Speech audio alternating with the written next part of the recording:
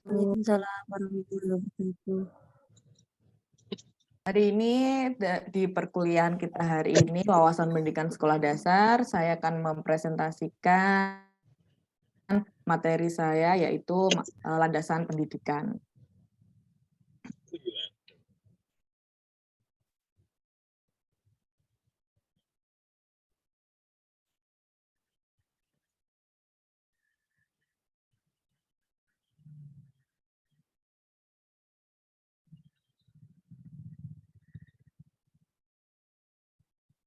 Data konsepnya kita akan membahas tentang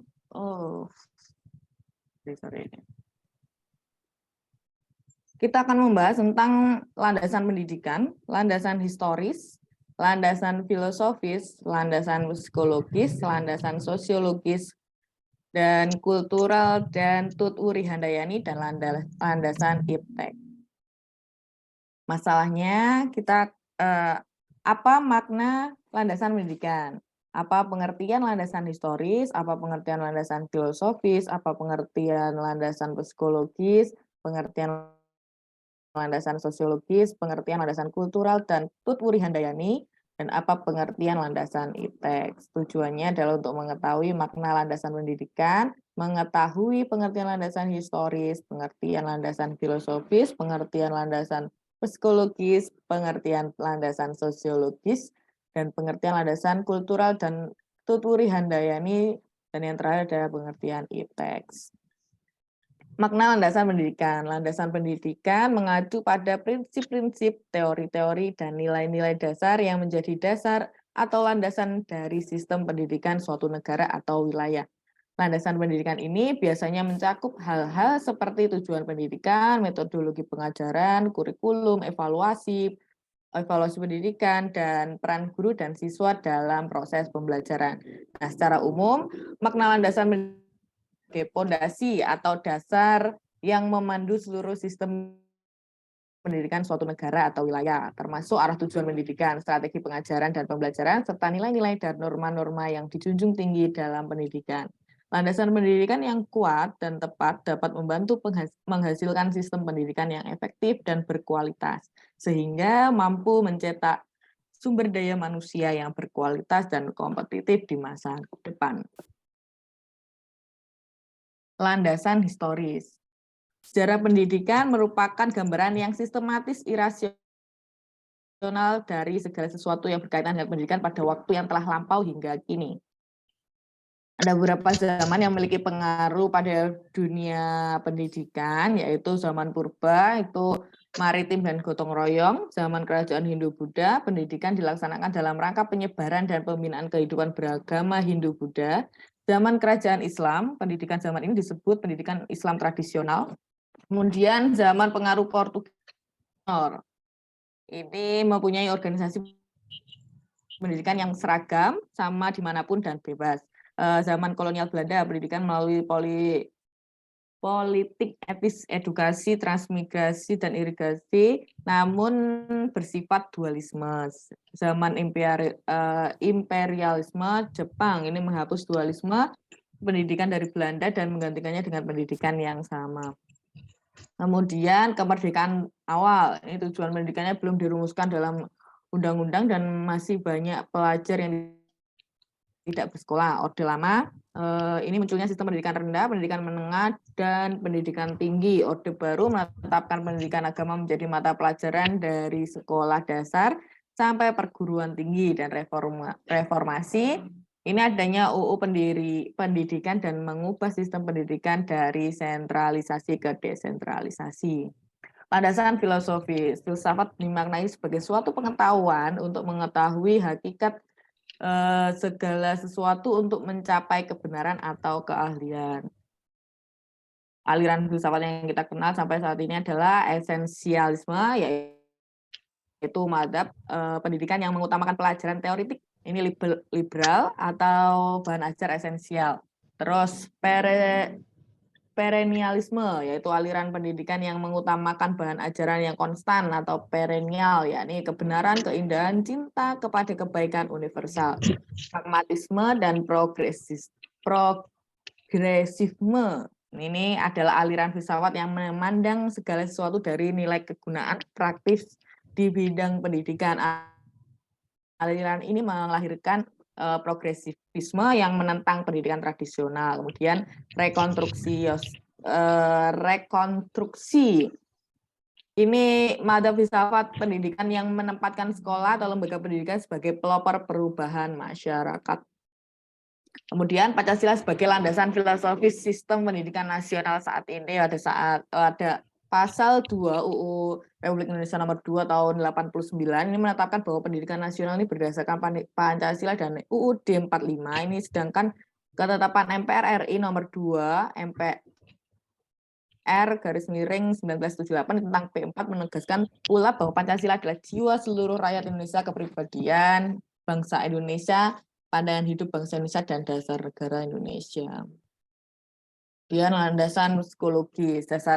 Dasar psikologis berkaitan dengan prinsip belajar dan perkembangan anak, pemahaman terhadap peserta didik, utamanya yang berkaitan dengan aspek kejiwaan, merupakan salah satu kunci keberhasilan sebuah pendidikan. Oleh karena itu, hasil kajian dan penemuan psikologi sangat diperlukan penerapannya dalam bidang pendidikan. Sebagai implementasinya pendidik ini tidak mungkin memperlakukan sama kepada setiap peserta didik ya, sekalipun mereka ini memiliki kesamaan, pasti punya karakter masing-masing.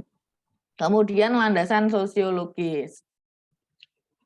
Landasan sosiologis pendidikan ini adalah acuan atau asumsi dalam penerapan pendidikan yang bertolak pada interaksi antar individu sebagai makhluk sosial dalam kehidupan bermasyarakat. Kegiatan pendidikan merupakan suatu proses interaksi antara dua individu, pendidik dan peserta didik, bahkan dua generasi yang memungkinkan generasi muda mengembangkan diri. Mengembangkan diri tersebut dilakukan dalam kegiatan pendidikan. Oleh karena itu, kegiatan pendidikan dapat berlangsung baik di lingkungan keluarga, sekolah, maupun masyarakat. Kemudian landasan kultural dan Tuturi Handayani, kebudayaan merupakan bagian hidup manusia yang paling dekat dengan kehidupan sehari-hari, sebab sebagian besar dari kegiatan manusia ini dilakukan secara berkelompok. Salah satu upaya penyesuaian jalur pendidikan sekolah dengan keragaman latar sosial budaya di Indonesia adalah dengan penerapan muatan lokal. Nah, para pemimpin yang di depan, sedangkan yang tengah perlu mendorong kreativitas, akhlak, dan kemanusiaan, sementara yang di belakang harus mengikuti teladan-teladan tersebut. Landasan kultural ini merupakan sebuah kebudayaan sebagai gagasan dan karya manusia beserta hasil budi dan karya itu akan selalu terkait dengan pendidikan dan dalam belajar. Arti luas dapat berwujud ideal, yaitu seperti ide, gagasan, nilai, dan sebagainya. Kemudian kegiatan yang berpola dari manusia dalam masyarakat dan fisik, yakni benda hasil karya manusia itu. Seperti yang dikemukakan Diknas, yaitu pendidikan yang berakar pada kebudayaan bangsa Indonesia. Nah, di mana kehidupan masyarakat Indonesia yang majemuk dan akan kaya kebudayaannya dan keberagamannya, semuanya itu makin kokoh. Oleh karena itu, kebudayaan nasional haruslah dipandang dalam perkembangan yang dinamis, seiring dengan semakin kokohnya persatuan dan kesatuan bangsa Indonesia sesuai dengan asas Bhinneka Tunggal Ika. Kemudian Tuturi Handayani ini merupakan penggalan kalimat terakhir yang dikemukakan oleh Bapak Pendidikan Indonesia Ki Hajar Dewantoro yang mengenai nilai-nilai pendidikan dan pengajaran di Indonesia. Nah, adapun penggalan kalimat tersebut yaitu ing Arso Suntolodo, ing Madya Maun Karso, Tuturi Handayani. Artinya di depan menjadi panutan atau contoh, di tengah menjadi penjalar atau penyeimbang sepantara, dan di belakang ini melakukan dorongan. Asas Tuturi Handayani di sini mengandung arti pendidik dengan kewibawaannya yang dimiliki, ini mengikuti dari belakang dan memberi pengaruh, tidak menarik-narik ke depan, mendorong-dorong kayak gitu. Ini membiarkan anak ini mencari jalannya sendiri, dan bila anak melakukan kesalahan atau kesulitan, maka pendidik ini bisa mengarahkan. Kemudian landasan iptek. Landasan iptek merupakan suatu penemuan manusia yang berhasil menjadikan kehidupan di dunia yang lebih baik, sehingga proses pembelajaran mulai dari bahan ajar, proses pengelolaan informasi dan pendayagunaan teknologi dapat mengembangkan kemampuan dan sikap ilmiah siswa sejak dini. Dengan seiring perkembangan zaman dan kemajuan iptek, maka terciptalah metode-metode baru yang membuat siswa agar lebih mampu memahami materi-materi pembelajaran. Misalnya, guru bisa menggunakan LCD dalam pembelajaran. Sebelum teknologi berkembang, guru cenderung menggunakan metode ceramah yang terkadang membuat siswa ini merasa bosan. Namun perkembangan ini harus diwaspadai agar dampak buruknya bagi anak-anak harus diwaspadai dampak buruknya bagi anak-anak jika memanfaatkan teknologi tanpa adanya pengawasan dari orang tua. Jadi iptek ini ada dampak dan juga manfaatnya begitu. Baik, terima kasih presentasi dari saya, semoga bermanfaat. Saya kembalikan ke moderator.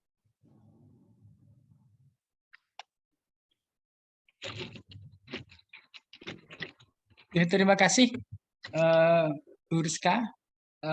Demikian tadi presentasi dari Bu Rizka mengenai landasan pendidikan, di mana dibahas tentang landasan historis, filosofis, psikologis, sosiologis, kultural, sampai iptek. Selanjutnya kami persilahkan kepada teman-teman apabila ingin memberi tanggapan ataupun pertanyaan dari presentasi Ibu Rizka. Monggo silakan.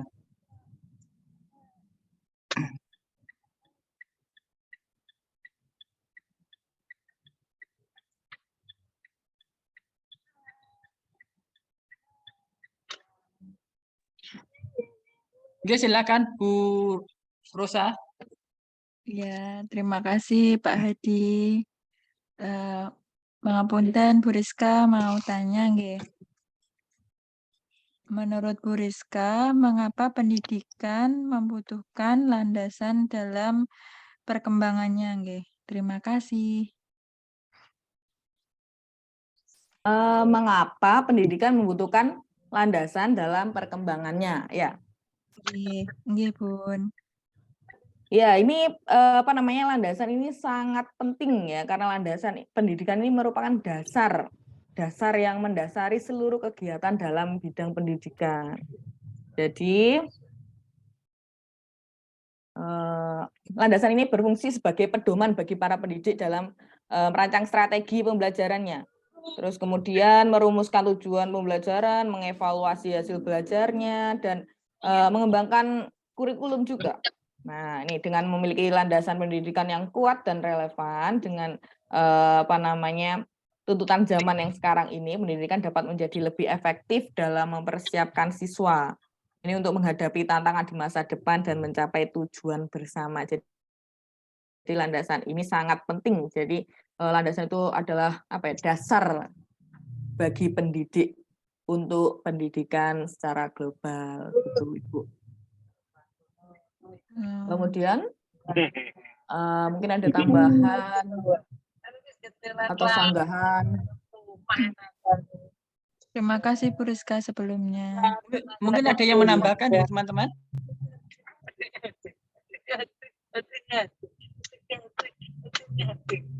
Kalau tidak ada yang menambahkan, saya persilakan Bu Vira. Silakan Bu Vira. Iya Pak Adi, terima kasih banyak. Iya. Kuat ya.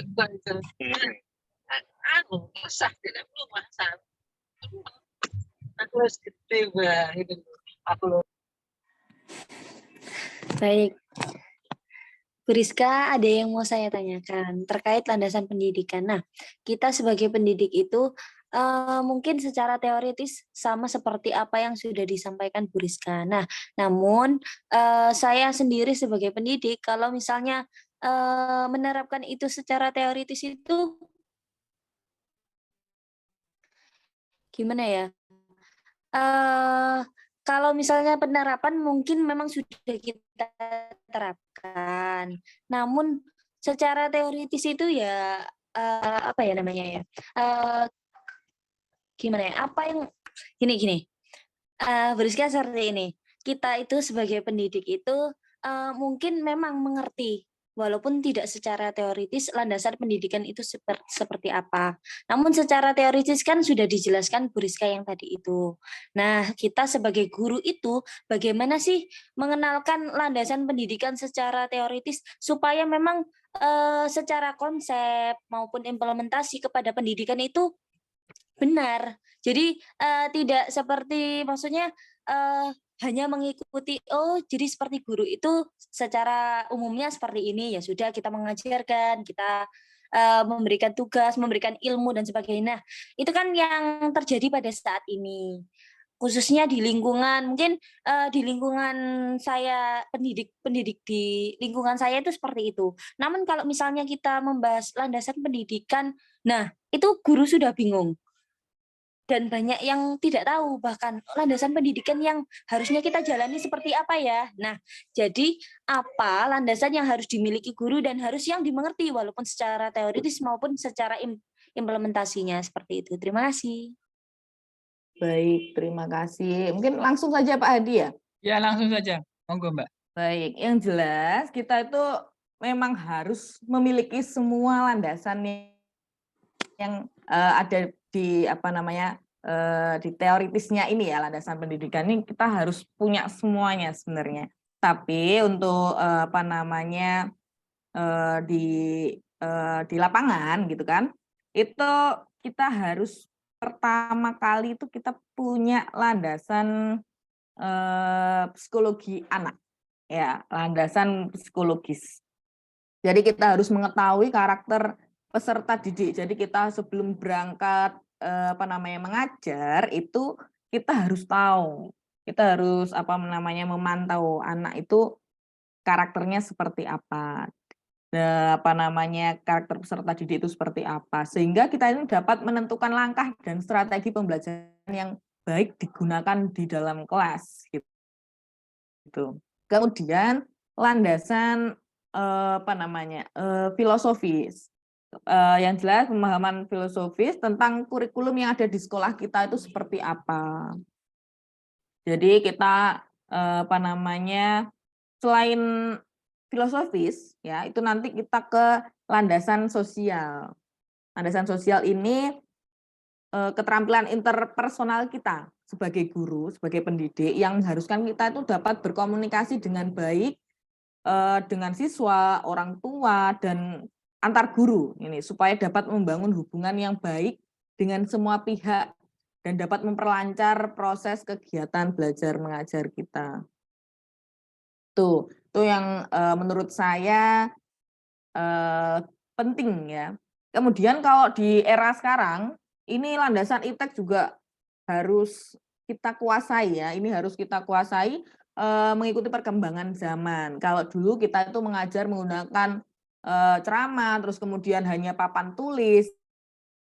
Nah, ini mulailah untuk menggunakan teknologi informasi. Ini seperti game-game kan banyak ya, game terus kemudian apa namanya pokoknya pakai LCD lah intinya kayak gitu. Bisa pakai LCD dan lain sebagainya. Itu yang menurut saya lebih ditekankan ya. Mungkin ada yang lain? Ada tambahan atau sanggahan mungkin? Silakan. Ini Bu rekan. Rizky. Saya Pak Adi. Jadi menurutnya Bu Rizka, mungkin kan secara pengertian antara landasan-landasan itu tadi sudah kita implementasikan di siswa, sudah kita jalankan di keseharian. Nah, maksud saya itu apakah perlu seorang guru itu mengetahui konsep-konsep yang seperti itu dan itu wajib atau sudah kita yang menjalankan apa namanya ya kita sebagai guru yang terpenting itu tahu hak dan kewajiban kita sebagai guru atau harus tahu landasan landasan pendidikan itu konsepnya seperti apa. Nah, pada kenyataannya soalnya guru itu banyak yang tidak tahu landasan pendidikan kita itu seperti apa. Seperti itu. Mungkin hanya berpacu pada kurikulum saja. Itu yang di lingkungan saya misalnya seperti itu. Mantan. Gimana Bu Rizka? Kalau Jadi menurut apakah harus tahu konsep landasan pendidikan seperti apa? Dan kalau misalnya harus tahu dari mana kita mengetahuinya seperti itu. Dan mungkin di S1 itu tidak secara apa ya namanya? Tidak kalau saya dulu di S1 tidak dapat landasan-landasan pendidikan sepertinya. Kalau menurut saya ini landasan ini memang harus dipunyai dari seorang guru ya. Ini apa ya? Kalau di S1 saya itu ada Bu Fira. Dulu itu saya ada landasan pendidikan. yang memang jadi mata kuliah di S1 itu sebenarnya bekal seorang guru itu memang harus punya, mengerti teorinya, ya kan? Kalau untuk kemarin saya PPG juga itu memang ada materi-materi yang seperti ini gitu loh. Jadi memang ini bekal yang harus diketahui. Kalau memang mereka itu belum tahu, ini harus ini ya diberikan bimbingan ya, mungkin seminar atau apa gitu. Ya mungkin ada tambahan yang lain.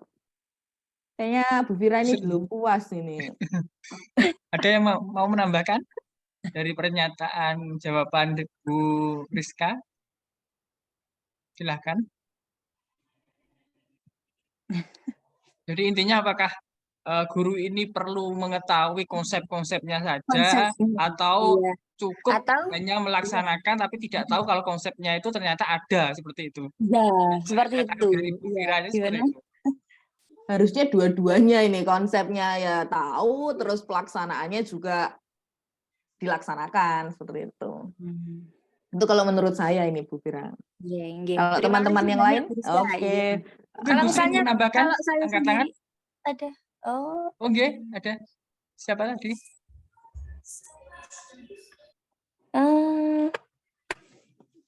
nggak ada Pak. Bu Bu Sri Sri. hari ini. Monggo Bu tadi- Sri, silakan Bu. Mau bertanya kayaknya Bu Sri hari Iya, ini. tadi mau bertanya. Bertanya atau menambahkan Bu? Bertanyanya juga menambahkan sedikit Oh, mungkin ya. nggih, monggo. Itu Monggo, Pak silakan. Setia sudah menambahkan.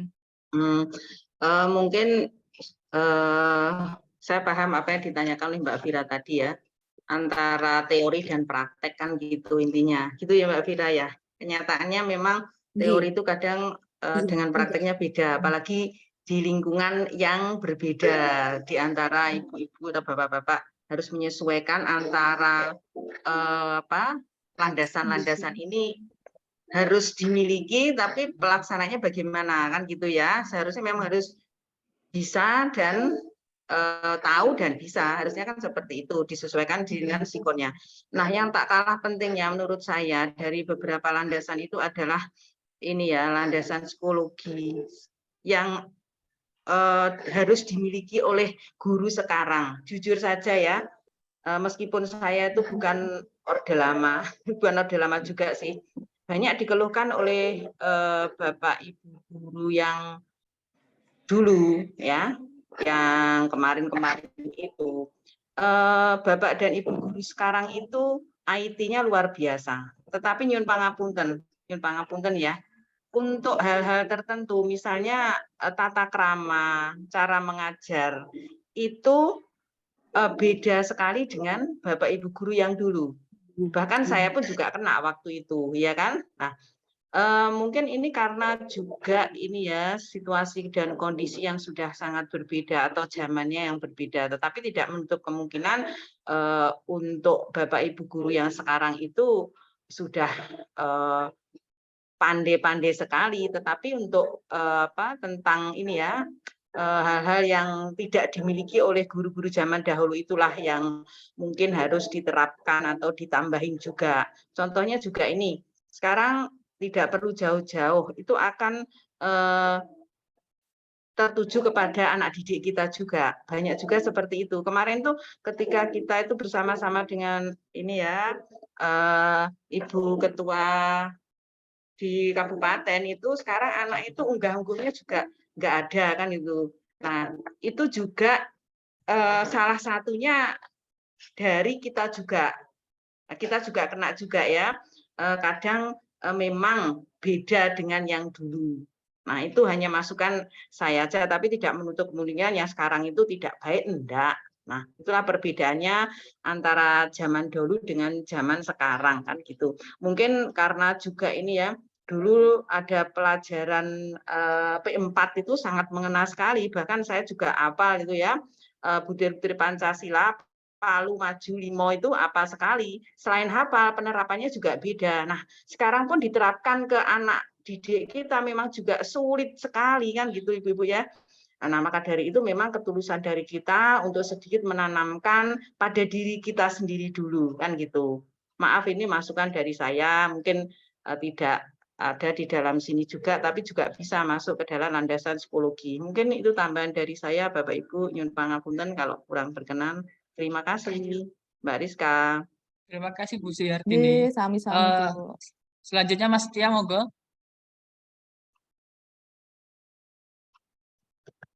Ya, terima kasih atas kesempatannya Pak Edi. Suara saya terdengar ya? Terdengar. Ya, izin menanggapi terkait apa yang telah disampaikan Bu Tira tadi. Apakah konsep atau teori dan implementasi itu, konsep-konsep itu harus dikuasai juga oleh seorang guru. Kalau menurut saya, ini Mbak Tira, idealnya ya sebagai guru profesional kita juga harus menguasai itu juga. Seperti yang kita ketahui sebagai guru profesional itu ada 4 aspek yang harus kita ketahui, yang harus kita kuasai. Mulai aspek profesional, pedagogik, sosial, dan kepribadian. Nah, itu bagian dari menguasai teori-teori dan pengetahuan seperti itu bagian dari pedagogik juga. Nah, ya idealnya seperti itu. Terus izin untuk selanjutnya izin mengomentari apa yang disampaikan dari Bu Rizka tadi. Yang disampaikan Bu Rizka luar biasa, bagus, detail. Tapi kalau boleh memberikan masukan atau saran, itu tentang, sepertinya saya belum melihat tentang landasan yuridis atau landasan hukum tentang pendidikan ya. Seperti yang kita ketahui kan landasan yuridisnya ada di Undang-Undang Dasar 1945 pasal 31 ayat 1 kalau nggak salah. Seingat saya itu mungkin itu bisa ditambahkan saja. Baik, Terima kasih. terima kasih. Terima kasih Pak Setia.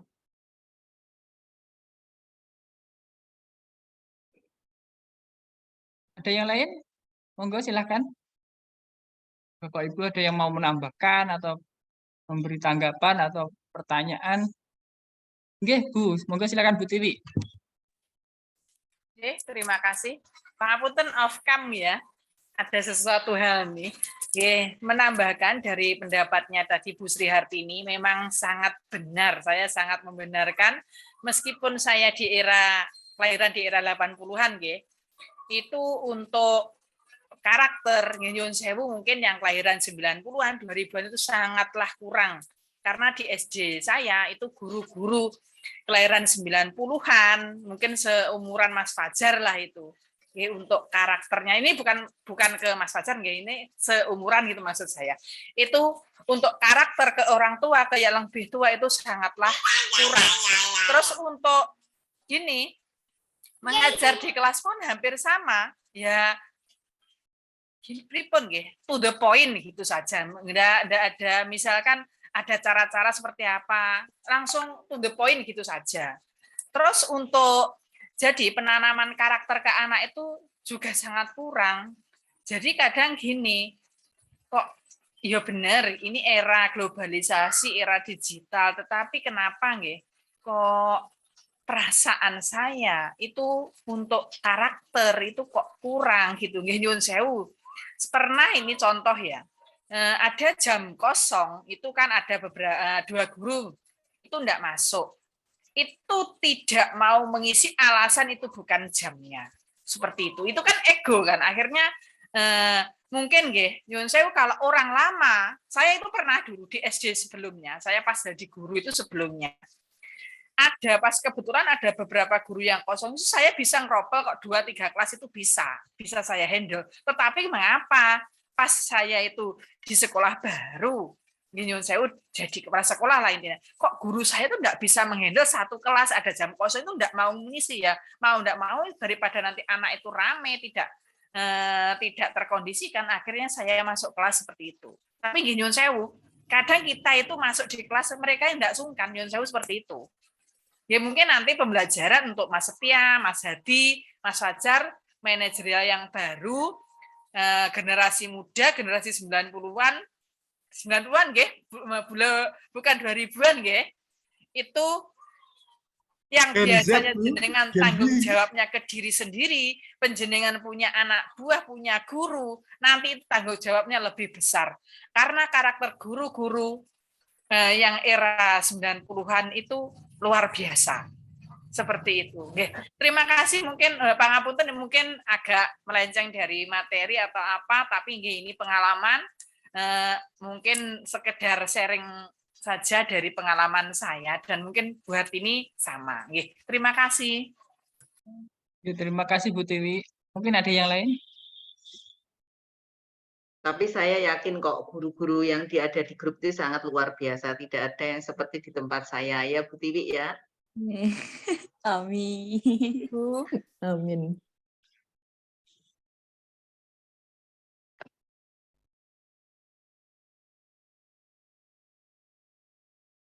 Jadi kalau boleh disimpulkan bahwa sebenarnya landasan pendidikan itu baik teori maupun praktek itu memang sangat dibutuhkan oleh guru itu sebagai tuntutan, sebagai guru yang profesional seperti itu.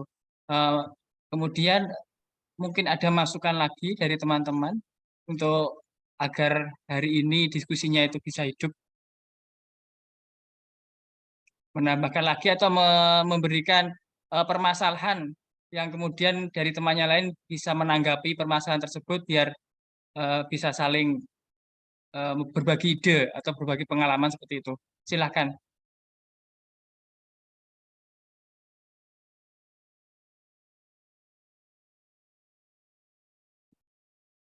Pak Moderator, saya tanya lagi boleh? Monggo silakan. Nah, ini ya Mbak Rizka, tadi kan di antaranya ada landasan kultural dan tuturi handayani. Kalau tuturi handayani kita sudah paham ya. Nah, yang saya tanyakan gini Mbak, bagaimana pemahaman kita tentang landasan kultural jika dilihat dari sudut pandang bahwa kebudayaan daerah di negara kita sangat banyak dan beraneka ragam. Itu bagaimana Mbak? Itu pertanyaan saya Mbak Rizka. Baik, terima kasih Bu Har. Jadi memang sebagai pendidik ini pemahaman tentang landasan kultural ini sangat penting karena dapat membantu dalam memahami karakter dan keunikan masing-masing daerah. Setiap daerah pasti kan punya kekhasan masing-masing dan punya budaya masing-masing. Nah, misalnya untuk mengembangkan kurikulum ini sebaiknya kurikulum ini dimuatkan materi tentang budaya dan tradisi daerah setempat. Ini tujuannya untuk apa? Untuk memperkenalkan budaya lokal dan mengapresiasi serta memperkaya pengetahuan mereka tentang macam-macam budaya di Indonesia, khususnya di daerah mereka sendiri. Nah, selain itu, pemahaman landasan kultural ini juga membantu pendidik nih dalam merancang strategi pengajaran yang sesuai dengan budaya lokal yang mengintegrasikan nilai-nilai yang terkandung dalam budaya lokal. Misalnya kita itu dalam pembelajaran ya kan kayak Bu Dini kemarin ada campuran bahasa Jawanya kayak gitu, itu sebenarnya tidak apa-apa. Terus dengan begitu nih pendidikan dapat menjadi sarana yang untuk melestarikan budaya daerah dan memperkuat identitas budaya masyarakat Indonesia ini secara global gitu. Begitu Bu Sri Hartini. Ya, terima kasih Mbak Rosa. Mbak Rizka. Terima kasih Mbak Rizka. Sami-sami, mungkin ada yang mau menambahkan ini.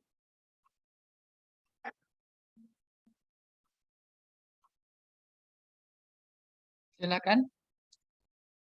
Bu Dini mungkin, Mas Fajar, Bu Sri Kastati, atau Bu Rosa, monggo.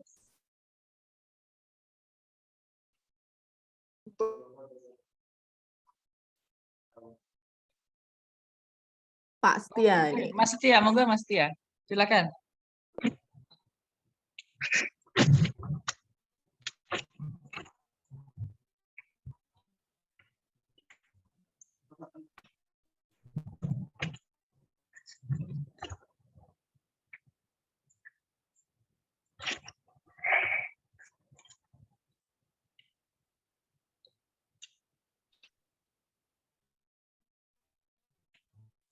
Pak Setia nggak jadi ya?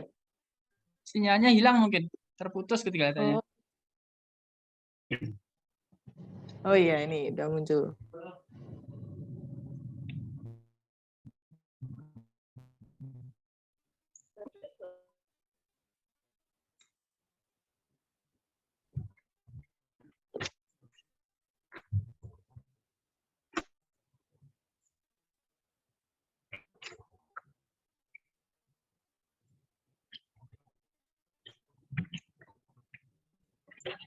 sudah Pak Hadi.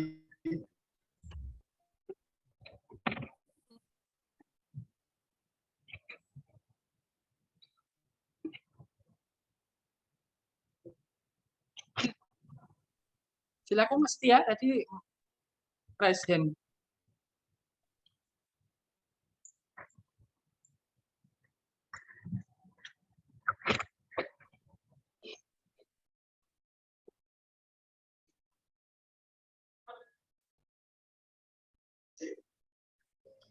Halo.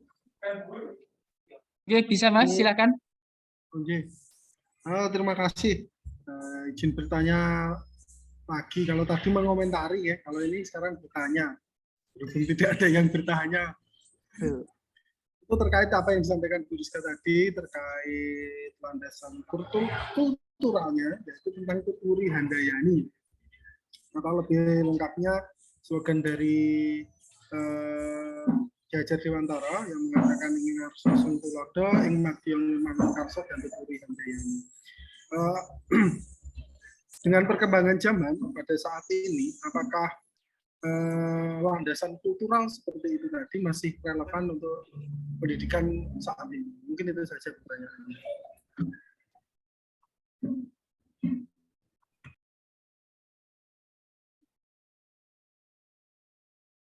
Silakan Guru Rizka, apakah landasan kultural ini masih relevan dengan kondisi perkembangan zaman saat ini? Tanya dari Mas Setia seperti itu.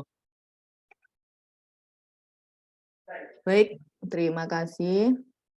Apakah pendidikan landasan Tuturi Handayani ini masih bisa digunakan ya? Ini sebenarnya malah bisa ya, karena kita itu memberikan dorongan. Ya, asas Tuturi Handayani ini di sini mengandung arti pendidik dengan kewibawaannya yang dimiliki, mengikuti dari belakang dan memberi pengaruh, tidak menarik-narik dari depan. Ini membiarkan anak ini mencari jalan sendiri.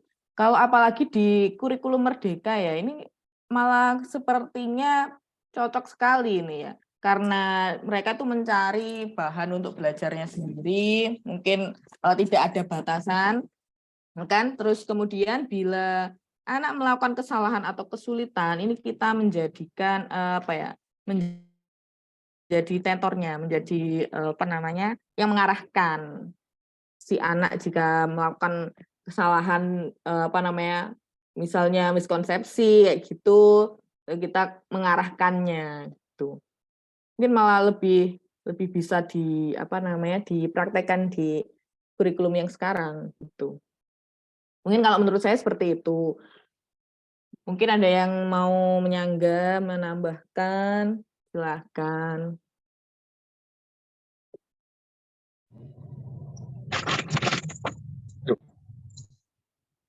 Nyala. Oke, Bapak.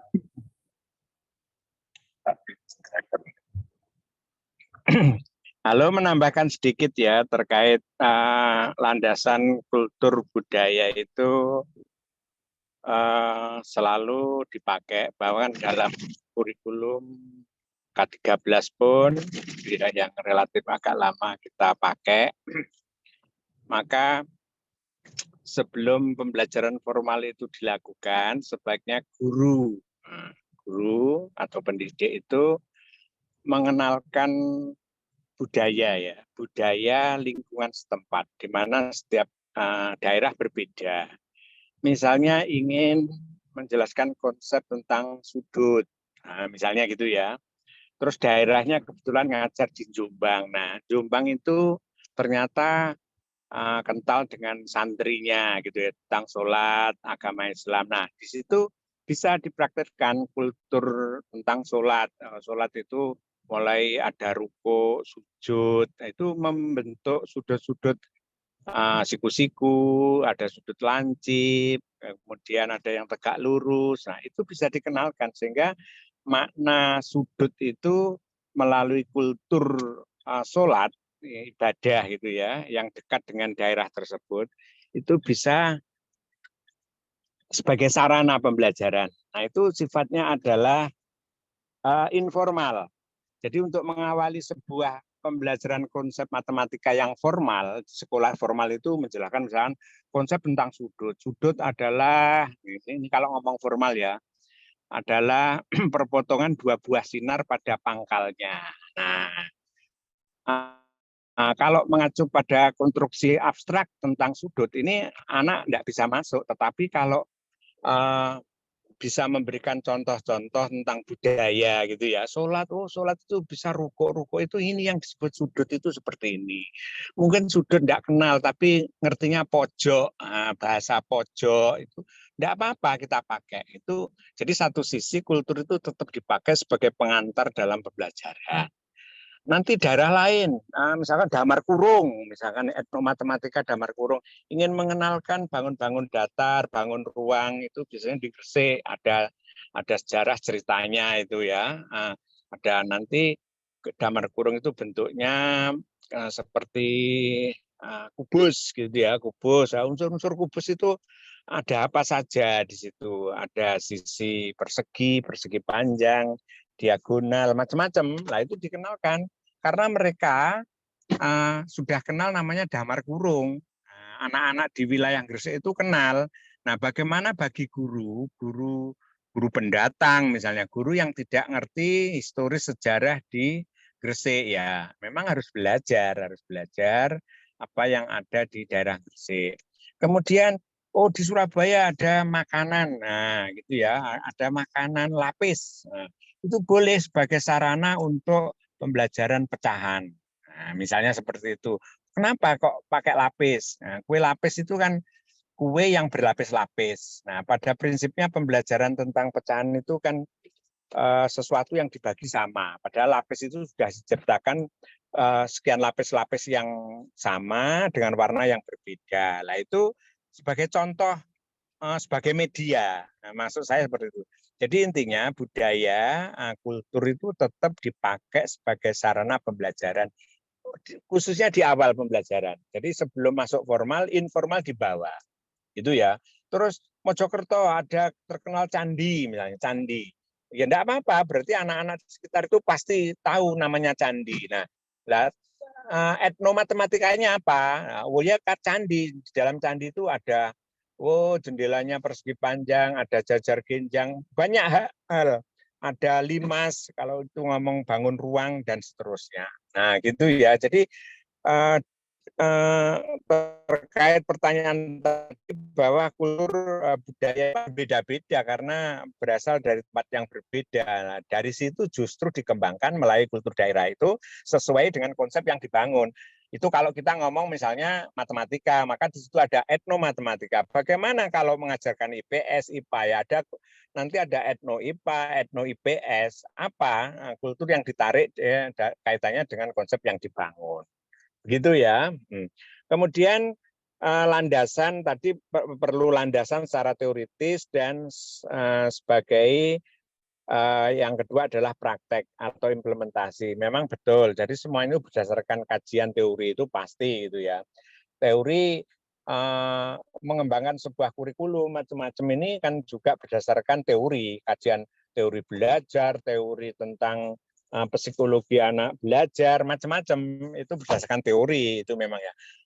Lalu diterapkan lah di dalam penerapan itu seberapa jauh sudah memenuhi sasaran, tujuan yang ingin dicapai itu dimonitoring, dievaluasi seperti apa gitu ya. Nah, itu berarti ada praktek satu sisi, yang satu adalah secara teoritis. Teoritis itu ya berdasarkan landasan-landasan tadi itu harus dikaji seperti itu.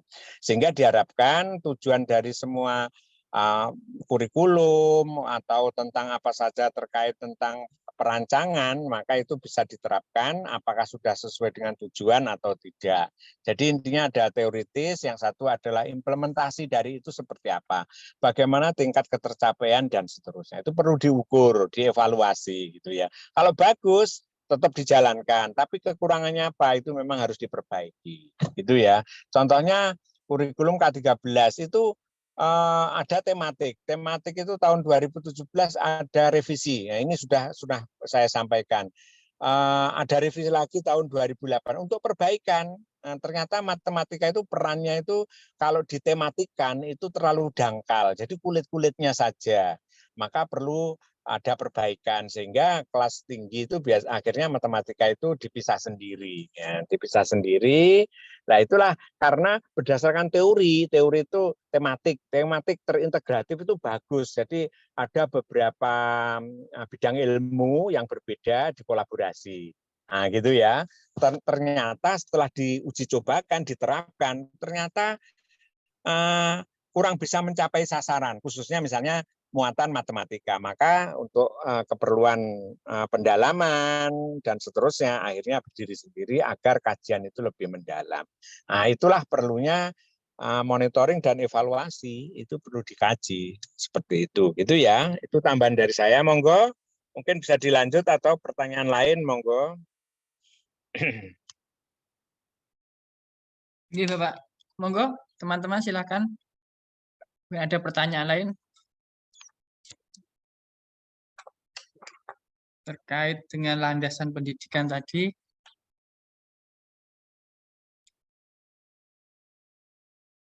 Atau mungkin ada yang ingin menyampaikan suatu permasalahan? Ya, biasanya dari penyaji memberi 1-2 pertanyaan, Pak. Itu yang diangkat sehingga sebagai bahan pemikiran bersama. Silakan dikembalikan ke penyaji. Monggo.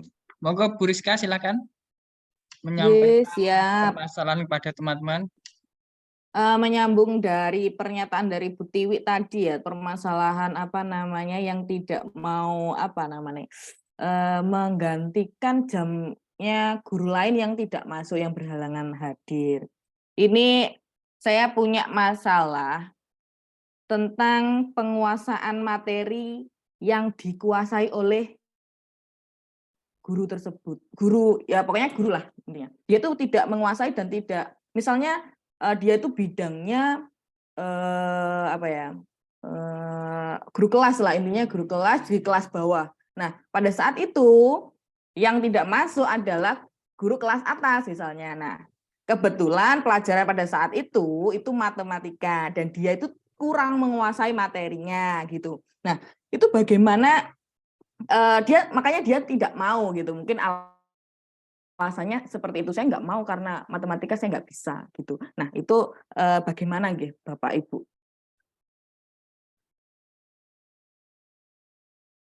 Bu Fira silakan. Terima kasih Pak Hadi. Menanggapi dari permasalahan yang dimunculkan oleh Bu Rizka. Yan.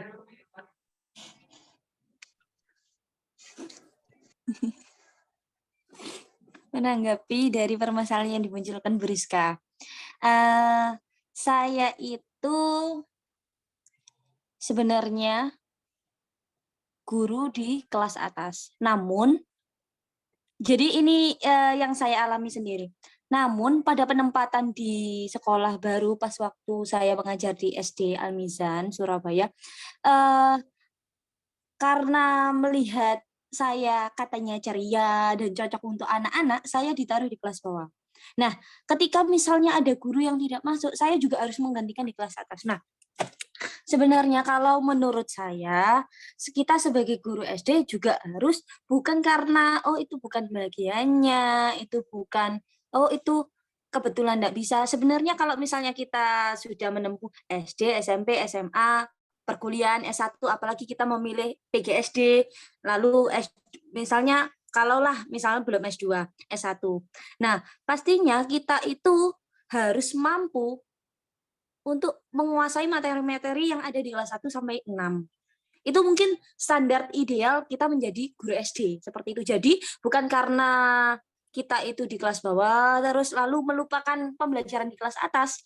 Harusnya mampu, kalau misalnya secara idealis. Nah, ada juga saya banyak menemui guru-guru yang sudah sepuh. Aduh, aku lupa sama materinya, ngoten nggih. Gak bisa aku. Nah, pastinya biasanya seperti itu nggih. Nah, terus apa yang kita lakukan? Nah, sebagai pendidik, walaupun kalau saya pribadi, walaupun saya muda ataupun tua saya, setidaknya itu kita punya apa namanya ya, pengalaman mengajar. Kita juga sebagai guru itu harus tahu. Misalnya memang kalau misal tidak dengan pelajaran matematika itu tidak bisa. Nah, alangkah lebih baiknya diisi dengan hal-hal yang bermanfaat. Jangan sampai kelas itu kosong.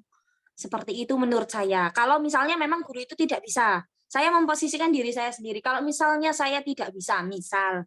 Nah, tapi pada kenyataannya itu kalau misalnya kita profesional sebagai guru SD ya harus bisa menguasai pelajaran SD itu. Walau dari kelas 1, 2, 3, 4, 5, 6 itu bukan alasan guru SD tidak bisa, oh aku sudah di kelas tinggi, terus aku kalau misalnya di kelas rendah anaknya nangis, misalnya bapak-bapak ngatain ya. Nah, itu tidak bisa. Nah, bagaimana kita membawa suasana kelas rendah, ya kita harus di kelas rendah. Dengan suasana yang harus kita menyesuaikan anak-anak. Jadi kalau misalnya kita sudah terjun jadi guru SD, ya kita harus menyesuaikan di kelas rendah maupun di kelas tinggi. Itu menurut saya. Kalau memang nggak bisa, ya isilah dengan hal-hal yang bermanfaat. Jangan sampai anak itu terbuang waktunya di sekolah dengan hal yang tidak bermanfaat. Seperti itu. Apalagi pengaruh lingkungan, pengaruh apa namanya, teknologi yang sekarang itu membuat misalnya ketika kelas kosong itu anak-anak itu bisa melakukan suatu hal yang negatif. Jadi sebagai guru itu kita harus mengarahkan pembelajaran, walaupun misalnya kita tidak bisa, kita harus mengarahkan pembelajaran yang positif. Tidak melulu konsep, tidak melulu materi yang harus itu diajarkan. Kalau memang tidak bisa ya jangan dipaksakan daripada menyesatkan. Seperti itu. Jadi mending kita berikan hal-hal yang bermanfaat. Misalnya disuruh membaca, nanti dievaluasi seperti itu. Atau dibuat permainan yang sekiranya mendidik. Jadi bukan permainan yang hanya game-game saja, bukan. Tetapi permainan yang mendidik dan masuk pada pembelajaran di kelas tersebut. Seperti itu, terima kasih. Terima kasih Mbak Fira. Bu Sri, monggo, silakan. Mungkin saya hanya menambahin saja ya. Tadi berdasarkan pengalaman luar biasa sekali Mbak Fira. Meskipun masih muda, tapi ilmu dan penerapannya sangat luar biasa sekali. Nah, ini berbagi pengalaman kalau masalah ini ya, mungkin Mbak Rizka juga. Kita harus, ini namanya guru kelas ya. Kita memang ya, seperti tadi juga landasan kita teori bisa, pelaksananya harus bisa. Nah, yang ditanyakan oleh Mbak Rizka itu kalau tidak bisa pada saat itu tentang materi itu, kan gitu ya. Kita harus punya trik-trik tersendiri. Mosok guru kalah karo murid, kan kasarannya gitulah dalam bahasa Jawa. Ya Mbak Adi. Ya Mbak Adi. Nah, Mbak Rosa dan lain sebagainya. Mosok kita kalah dengan murid. Trik kita bagaimana caranya supaya itu tadi seperti yang dikatakan oleh Mbak Fira tadi. Tapi saya ingin menambah dan garis bawahin ya Bapak Ibu, teman-teman semua. Mungkin untuk pelajaran yang lainnya bisa kita kasih trik. Kalau yang tidak bisa itu dan saya takut salah dan takut dosa itu mungkin mata pelajaran agama, ya kan? Mata pelajaran agama itu kalau salah takutnya luar biasa karena hubungannya dengan ini ya hukum-hukum Islam dan lain sebagainya. Trik saya diantaranya itu tadi kita bawa ke dalam materi yang lainnya, tetapi masih mengena. Kalau pelajaran yang lainnya insya Allah bisa, kan gitu, karena kita guru kelas. Tapi kalau agama ini menyangkut hal-hal yang spiritual, kalau pas pelajarannya tentang itu ya, kita alihkan aja, tetapi tidak terlalu menyimpangkan gitu. Kalau saya memang kalau agama takut saya, karena agama saya pribadi kan hanya sebatas inilah bisa kan gitu, dan saya akhirnya di usia yang sudah setengah abad lebih 1 tahun ini akhirnya berpikir juga alangkah enaknya menjadi guru agama ya, menjadi guru agama bisa ini ya, bisa memberi ilmu dunia dan akhirat. Benar saya rasakan sekarang Bapak Ibu nggih. Kalau melasih agama memang jujur nggak bisa, tapi sebisa mungkin saya juga mengajari yang hal-hal yang sederhana untuk murid kita, contohnya untuk agama ya Asmaul Husna yang rendah-rendah. Seperti tadi pagi saja saya sempat curhat itu sama Mbak Fira sama Mbak Rosa itu. Guru saya itu luar biasa, biasa di luar. Kepala sekolahnya jam 7:15 sudah datang, gurunya belum datang, yang datang 1. Saya itu sampai tapi saya berjuang di sana, nggak mau diturunkan, saya belum mau. Karena anak-anak itu jam 7 sudah minta sholat duha. Nah, itu bukan kok saya terlalu gini ya, itu memotivasi panjenengan semua kepada kepala sekolah yang baru seperti yang diceritakan oleh Mbak Tiwi tadi, perjuangan panjenengan masih panjang, insya Allah akan dimudahkan semuanya. Maaf Bapak Ibu, melebihi dari apa koridor yang telah ditanyakan, itu masukan dan tambahan dari saya. Terima kasih, maaf Mbak Rizka dan semuanya. Boten apa-apa Bu, kita sharing aja. Ada Jadi yang lain? Ada yang mau menambahkan? Memang guru SD ini memang harus multi talent ya.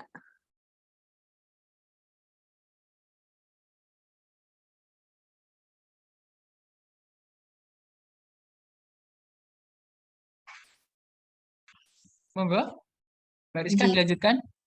Bu Dini, silakan. Izin menyampaikan pendapat juga nggih Bapak nggih. Terima kasih Mbak Vira terus Bu Sri Hartati, luar biasa sekali nggih ilmu-ilmunya nggih. Jadi saya mencoba memberikan pendapat saya nggih. Saya juga mengajar di kelas rendah, kadangkala juga ada teman yang tidak bisa mengajarkan di kelas atas gitu ya, ada kepentingan. Nah, itu dengan kesadaran diri, dengan kesadaran hati, tanpa diperintah pun saya pasti akan mengisi kelas itu. Oke. Jadi waktu datang ke kelas itu juga nggak ada apa ya, bayangan mau ngapain ini juga nggak ada. Tapi terus saya selalu bertanya, apa materinya hari ini? Terus anak itu kan nanti, ini Bu, oh nanti sampai halaman berapa? Saya buka bukunya, saya coba membaca sebentar, saya pahami, saya coba mengingat lagi. Jadi materi dulu yang pernah, ilmu-ilmu yang pernah saya dapat waktu kuliah, saya coba buka lagi memori-memori saya. Jadi di situ saya belajar lagi bagaimana memahami materi ini. Nah, setelah itu baru saya mencoba anak-anak, ayo kita belajar yang ini. Jadi saling belajar sama anak juga. Jadi itu juga menambah ilmu baru juga untuk saya. Selain kalau mungkin nyerah gitu nggih, materinya kok sulit ini ya, mungkin saya bisa menggunakan ilmunya dari Bu Sri Hartini tadi, menggunakan trik-trik lain, mungkin mengajak anak-anak untuk ice breaking itu nggih. Nah, seperti itu, melatih konsentrasi anak, seperti itu. Alhamdulillah anak-anak selalu bersemangat. Jadi ketika ada gurunya kosong itu saya yang dicari. Ini nanti masuk di kelas ini, oh iya gitu. Jadi mungkin karena selingan-selingan itu jadi anak-anak tertarik. Walaupun saya sebenarnya kalau materi di kelas atas sih juga nggak terlalu paham juga, tapi saya berusaha, saya mencoba selalu belajar dan belajar lagi supaya kedepannya kan saya juga harus meniru para bapak-bapak ini, nggak mungkin saya stuck di sini nggih, berdiri terdiam hanya begini saja. Jadi saya berusaha bagaimana bisa maju ke depannya, seperti itu. Mungkin itu yang bisa saya tambahi nggih. Jadi kita itu sebagai ini mungkin saya pribadi aja sebagai guru muda ini masih banyak sekali kekurangan. Jadi harus sadar diri bahwa mungkin gimana ya, mungkin memang belajar dari pengalaman itu sangat sekali penting. Jadi harus berani keluar dari yang namanya zona nyaman. Seperti yang telah kita bahas kemarin itu bagaimana kita keluar dari zona nyaman, ya. Terima kasih sekali Bu Sri Hartini dan Mbak Vira memberikan banyak sekali masukan kepada saya. Jadi mungkin itu yang hanya bisa saya tambahin. Monggo saya kembalikan ke Pak Hadi. Terima kasih. Jadi kalau boleh saya simpulkan dari ketiga pernyataan ataupun pendapat tadi, bukan masalah kemampuan kalau mau masuk ke kelas kosong itu, tapi masalah kemauan kalau menurut saya seperti itu. Karena kemampuan itu bisa didongkrak dengan adanya kemauan yang tinggi seperti itu. Mungkin ada permasalahan lagi Bu Rizka yang bisa disampaikan kepada teman-teman ini? Ya, nambah sedikit Bapak. Jadi mungkin juga waktu ya. Ini sudah pukul 2, 1 jam ya, enggak tambah sedikit nggih. Memang kalau kita mengacu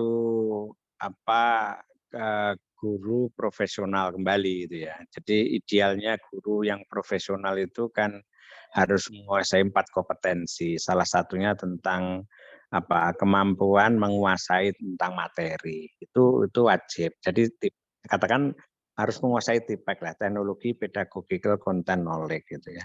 Maka enggak bisa diragukan, memang guru SD harus menguasai materi SD. Nah, itu ya.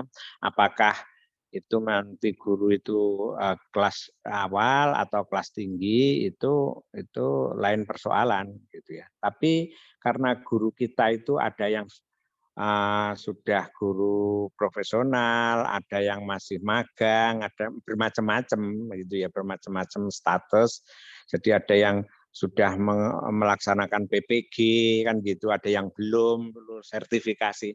Nah, yang bagi guru profesional yang sudah lulus sertifikasi itu kan berarti penguasaan tentang konsep materi di kelas baik awal maupun tinggi harus dikuasai. Itu idealnya seperti itu gitu ya. Karena guru itu harus menguasai juga 25% advance material. Nah, jadi siswanya bisa, guru harus lebih 25%-nya. Itu wajib, itu guru profesional dituntut begitu. Sehingga pada saat guru-guru ikut workshop PPG itu pasti di situ kan ada modul-modul ajar, di mana modul-modul ajar itu ya modul ke SD-an ditambah 25% advance material. Kita harus nyadari itu gitu ya. Nah, bagi guru yang belum ke level sana gitu ya, bagaimana menyikapi? Ya seperti penjenengan tadi memang bergantung kemauan gitu ya. Kita itu kan kondisional, pada saat kosong ada teman yang kosong karena kedinasan, maka kita harus membantu, harus bisa mengisi. Nah, mengisi sesuai dengan kemampuan. Misalnya, wah aku loh enggak mampu di kelas tinggi, ya tidak harus mampunya apa? Misalnya, oh saya enggak bisa matematika, bahasanya matematika kurang, ya kita enggak perlu menyentuh matematika itu gitu ya. Sentuhlah ya matematika tetapi yang sifatnya permainan atau tebak apa ya, yang sifatnya itu menggali anak untuk kreativitas. Kreativitas itu misalnya gini, coba luas sebuah persegi panjang itu apa? Panjang kali lebar. Nah, kalau misalnya Ibu punya sebuah luasan itu 100 meter persegi, misalnya itu kan kreativitas. Coba susun sebuah bentuk luasan, ukuran yang ukurannya berbeda, tetapi luasnya sama dengan 100. Nah, ini kan berarti mengasah kreativitas anak, walaupun soal-soal itu sederhana tetapi kan bisa mengaitkan kreativitas anak. Itu kalau punya pengalaman menarik gitu ya, menarik apalah gitu ya, yang kaitannya dengan pembelajaran, ya diangkat gitu ya. Kemudian dari sisi materi tetap kurang pas, kurang pede ya. Kondisikan dengan silahkan ice breaking, kemudian anak disuruh misalkan diberi pertanyaan tentang kehidupan sehari-hari, sikap terhadap orang tua itu jika ada masalah seperti ini, bagaimana pendapat Anda? Nah, misalkan fungsi handphone menurut kalian itu dalam kaitannya pembelajaran seperti apa? Pendapat kalian? Misalnya, jadi banyak hal lah yang bisa mengkondisikan kelas dalam situasi kosong. Itu berarti kan kreativitas guru, bergantung kemauan tadi gitu ya. Ono sing diwei soal-soal lah istilahnya. Anak terus mengerjakan, kemudian dibuat diskusi. Banyak hal gitu ya. Yang intinya anak senang dan suasana itu tidak menjadi semrawut. Tujuannya kan gitu karena kekosongan tadi gitu ya. Ya mungkin bagi ibu-ibu yang sudah ngajar di kelas awal, kebiasaannya hampir tiap tahun seperti itu, kemudian menghadapi anak-anak di kelas tinggi memang dari sisi materi, tapi guru itu seperti dalang. Jadi apa saja, anak dibuat cerita apa saja itu pasti bisa gitu loh. Jadi menurut saya tidak ada alasan guru tidak punya kemampuan untuk mengisi jam kosong. Menurut saya itu impossible, bergantung kemauan gitu ya. Dibuat cerita pengalaman, coba pengalaman kalian selama 1 bulan terakhir di keluarga itu seperti apa? Anak disuruh ke depan cerita, terus tapi dengan senang, enjoy, itu juga bisa dilakukan banyak hal gitu ya. Saya kira itu tidak harus berupa materi, memang namanya pengganti. Pengganti itu kalau memang pas bisa ngajarkan sebagai pengganti guru yang kosong, misalkan matematika, kebetulan responsif itu materinya itu gurunya juga bisa, bagus gitu ya. Tapi kalau memang kurang secara konseptual kurang, jangan dipaksa, tapi banyak diisi apa saja, namanya kekosongan. Tidak mungkin toh seminggu itu kosong terus, misalnya seperti itu. Tapi dari beberapa pendapat tadi ya sifatnya situasional gitu ya, situasional. Jadi saya hanya berdasarkan gini, guru profesional memang dari sisi pengetahuan harus oke, itu tidak bisa ditawar, itu idealis. Tapi kembali lagi bergantung kondisi guru. Kalau oh aku belum menyentuh materi ini, ya tidak masalah, tapi buatlah suasana kelas itu menjadi menyenangkan. Terserah bermain, ice breaking, apa sajalah gitu ya. Itu kreativitas guru. Intinya seperti itu. Oke. Monggo saya kembalikan ke penyaji dan pengatur presentasi. Mungkin cukup ya, atau mungkin pemateri menyimpulkan ya dari materi tadi itu isi yang sebenarnya seperti apa, Pak? Monggo. Ya, jadi dari kesimpulan diskusi kita hari ini bahwa seorang guru itu memang harus menguasai teori-teori, landasan-landasan pendidikan ya, dan juga pada prakteknya di sekolah masing-masing itu memang harus seimbang gitu. Dan penguasaan materi juga ya, tadi kita coba bahas, penguasaan materi itu memang harus dikuasai oleh seorang guru, entah itu materi dari kelas bawah sampai kelas atas gitu kan ya. Mungkin itu saja Pak Hadi, mungkin ada tambahan lagi dari Pak Hadi. Oke, Mbak Rizka, saya rasa cukup dari tadi hasil diskusi kita hari ini. Semoga dari tukar pikiran ataupun tukar pendapat pada sore hari ini mampu memberikan pencerahan kepada kita sebagai guru, kedepannya menjadi lebih mudah dalam melaksanakan tugas sebagai guru yang profesional, kemudian mampu memberikan yang terbaik untuk anak didik kita, dan juga mampu menjadi abdi-abdi negara yang baik seperti itu. Saya selaku moderator mohon maaf apabila ada kekurangan. Akhirul kalam wabillahi taufiq wal hidayah. Assalamualaikum warahmatullahi wabarakatuh. Waalaikumsalam warahmatullahi wabarakatuh. Waalaikumsalam warahmatullahi wabarakatuh. Baik, saya kira menghangatkan sajian di bulan Ramadan gitu ya. Jadi tidak mengurangi etikat baik kuliah di S2 ini. Jadi tetap semangat, jalan terus. Minggu depan disiapkan dengan lebih baik tentunya gitu ya, sehingga perkuliahan ini berjalan dengan baik dan lancar. Saya kira itu aja dari saya. Selamat melaksanakan kuliah. Ini kan masih ada ya mata kuliah lain toh setelah mata kuliah wawasan ini ya. Bapak. Terima kasih. Baik, demikian Bapak Ibu, terima kasih atas kebersamaannya. Sekali lagi jaga kesehatan. Semoga sehat selalu. Saya akhiri. Wassalamualaikum warahmatullahi wabarakatuh. Waalaikumsalam warahmatullahi wabarakatuh. Pak Wirianto. Terima kasih banyak.